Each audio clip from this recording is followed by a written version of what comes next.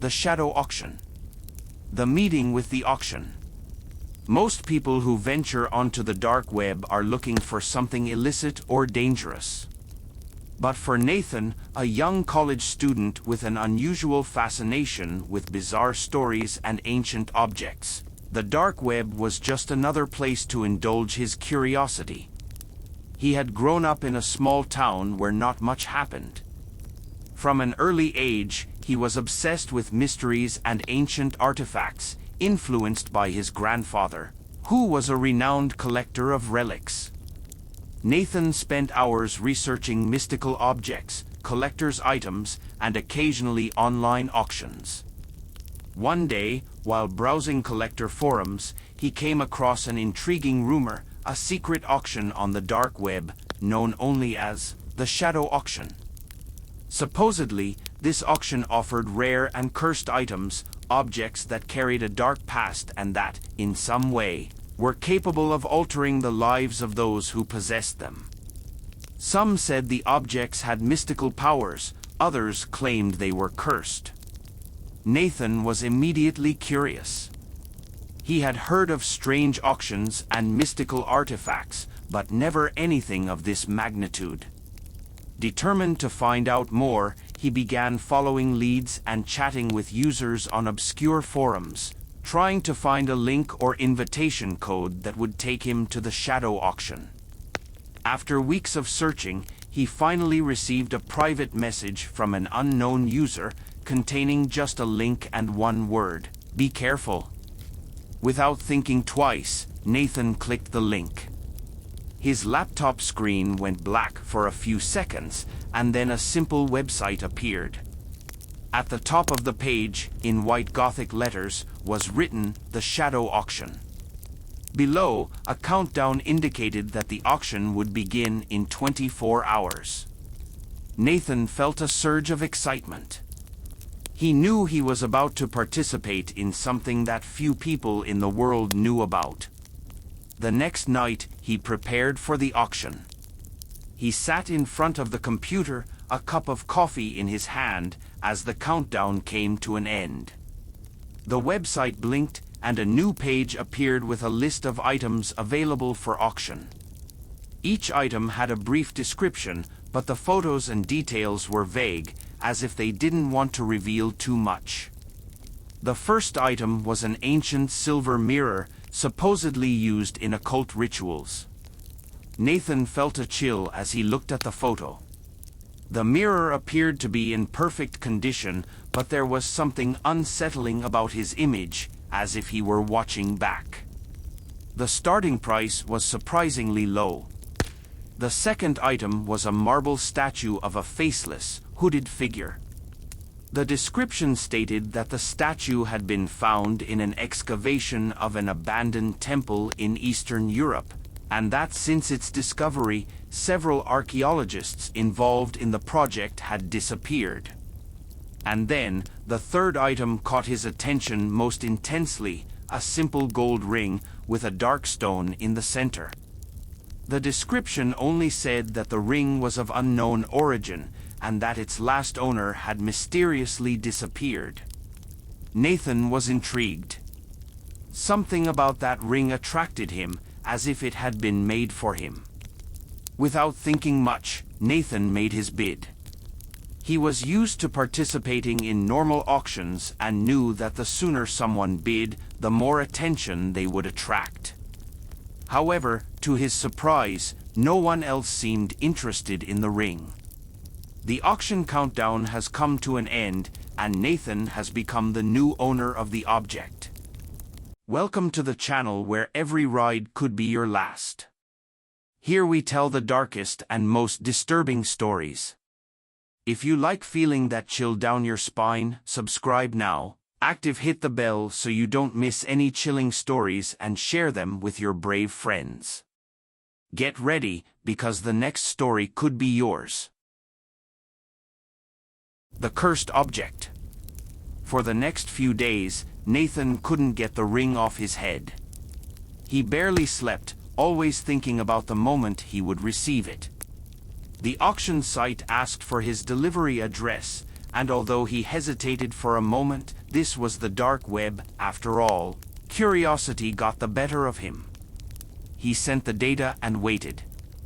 About a week later, a small box arrived at his door. The ring was even more impressive in person.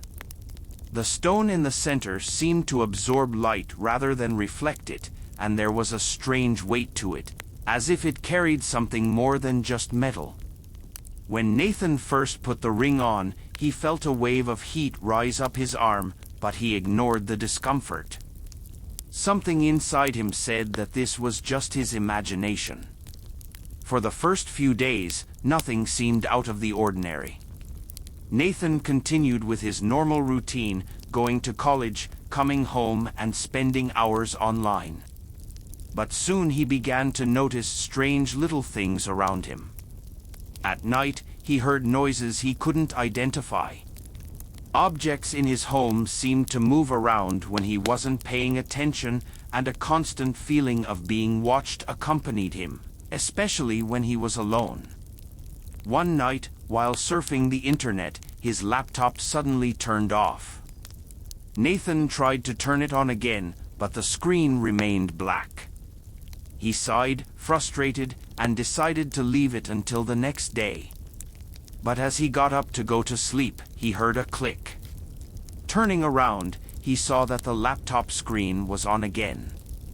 A strange image had appeared, a kind of ancient symbol that he had never seen before. In the center of the screen, there was a message written in red, "You are being watched." Nathan felt his heart race. He tried turning off the laptop again, but the screen was unresponsive. Suddenly, the symbol disappeared, and the image of a security camera appeared. It was a live broadcast. The image showed the front door of his house from the outside. The ring on his finger began to tingle, and a feeling of dread washed over him. He ran to the window to look outside, but there was no one. When he returned to his laptop, the transmission was gone. Over the next few days, the strange events only got worse. Nathan began having intense nightmares about hooded shadows following him down endless corridors. He would wake up in a cold sweat, feeling as if someone had been in his room while he slept. He tried to take off the ring, but it was as if his fingers refused to obey.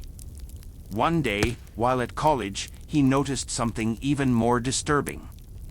As he walked across the campus, he caught a glimpse of a figure in the crowd. The person was standing motionless, wearing a long black coat with the hood covering their face.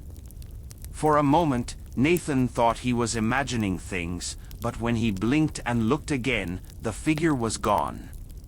He tried to ignore it, but deep down, he knew something was wrong. The price of curiosity. That night, Nathan decided to look for more information about the ring. He revisited the auction website, but to his surprise, the website was gone. There were no more records of its existence. He tried to contact other users who had participated in the auction, but none of them responded. It was as if the entire event had been erased from the internet. Nathan began to investigate the origin of the ring on his own, searching forums and websites specializing in mystical artifacts. It was then that he found a reference to a similar object in an ancient text dating back hundreds of years. The ring, according to the text, was known as the Ring of Shadows, and it was said that those who wore it were marked by an invisible presence, which would follow them until the end of their lives. With each page he read, Nathan's fear increased. The text spoke of ancient rituals and sacrifices performed by cults that worshipped shadow entities, and the ring was described as a tool for bringing these entities into the physical world. The longer someone wore the ring, the more their soul became entwined with these evil forces, until there was no way to escape. Nathan tried to remove the ring again, but this time, he realized that the object was stuck to his finger, as if it were part of his skin. The dark stone in the center of the ring seemed to pulse slightly, as if it were alive. Desperate, he decided to seek help. He told his story to one of his closest friends, James, who, although skeptical at first, agreed to help him research the object further. They spent hours on the internet trying to find a solution, but all they found were similar reports of people who had mysteriously disappeared after possessing cursed artifacts. The Shadow Guardians. Nathan and James spent entire nights researching and trying to find a way to break the curse that seemed attached to the ring. James, as skeptical as he had been at first, was now deeply concerned. Nathan's appearance was changing. He appeared paler, with deep circles under his eyes, and frequently reported that he could no longer sleep properly. Additionally, Nathan continued to have disturbing visions of hooded figures, which seemed to follow him wherever he went. One night, while they were at a cafe, researching more about the ring and the curse, James found something interesting. On a secret forum, someone mentioned an ancient organization known as the Shadow Guardians. This organization, according to legend, existed for centuries and had the mission of protecting the world from shadow entities that, from time to time, tried to break the barrier between the physical and spiritual worlds. The ring that Nathan wore was one of the artifacts that the Guardians believed to be a key to these entities. The organization's goal was to locate and destroy all cursed artifacts before they could be used to bring these evil forces into our world. However, most of the Guardians had mysteriously disappeared over the years, leading many to believe that they had been destroyed by the very entities they swore to combat. Nathan looked at James, eyes wide. "Do you think these Guardians can help us?" he asked, hope mixed with fear in his voice. James shrugged, but there was tension on his face. "If they still exist, maybe. But finding these guys won't be easy." Determined to try anything, Nathan and James began following the few leads they had found about the Guardians. They scoured forums, talked to people who claimed to know about the occult, and finally got a solid lead: an old lady who lived in the mountains of Tennessee. She was known for her in-depth knowledge of mystical artifacts and had been mentioned several times as someone who might know more about the Guardians. Deciding to follow this trail, Nathan and James took the car and drove for hours until they reached the location. The lady's house was small and simple, surrounded by dense trees and silent mountains. They knocked on the door, and an elderly woman answered them. Her eyes were piercing and serious, as if she knew exactly why they were there before they even said anything. "I knew you would come," she said, her voice hoarse. "I haven't seen someone with that ring in a long time." Nathan was in shock. "Do you know what this is?" he asked, raising his hand to show the ring. The old lady nodded slowly. "This ring belongs to the shadows. Those who wear it are marked, followed by something that does not belong to this world. You are in danger, and time is running out." She invited them in and led them to a room filled with old books and ancient relics. The walls were covered in symbols that Nathan and James didn't recognize, but which seemed to vibrate with an unknown energy. "The Guardians," the woman began, "were the ones who fought the shadows, but most of them are gone. There are few of us left, and those who still live are in hiding, waiting for the right moment to act. But now, you brought the shadows upon yourselves, and they will not stop until they take what they want." Nathan began to sweat, feeling the weight of the ring in his hand increase with each of the woman's words. "And what do they want?" he asked, his voice almost a whisper. The woman looked directly at him, her eyes shining in an almost supernatural way. "They want you, Nathan. Your soul has been marked. And the ring is the gateway for them to enter our world. But it's not too late," yet. The liberation ritual. The old lady explained that there was a way to get rid of the ring and stop the shadows from taking Nathan. It was an ancient ritual, something she had learned from the last remaining shadow guardians. However, the ritual was dangerous and required Nathan to directly confront the entities that were hunting him. "You will have to face your greatest fears," said the woman. "The shadows are relentless, and they will try to corrupt your mind. But if you are strong enough, you can banish the ring and the entities back to where they came from." The ritual needed to be performed on a new moon night in a specific location, where the barrier between the physical and spiritual world was thinnest. The woman gave them detailed instructions on what they needed to do and warned them that any mistake during the ritual could cost Nathan his life, or something even worse. On the night of the new moon, Nathan and James went to the location indicated by the woman, a clearing in the mountains surrounded by tall, dark trees. The place had a strange, almost palpable energy. The wind was blowing strong, and the air was freezing, even though it was a summer night. Nathan felt the weight of the ring pulsating on his finger as if it were alive. The woman had given them an old book, with the ritual written in a language Nathan could barely understand. James helped him read while they prepared the protective circle on the floor, using salt and ancient symbols they had learned. Once the circle was complete, Nathan positioned himself in the center, with the ring held high. He began to recite the words of the ritual, his voice shaking with fear.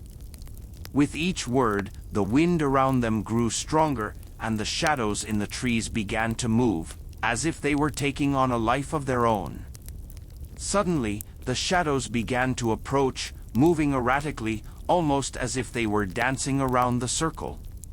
Nathan could feel their eyes on him, watching his every move.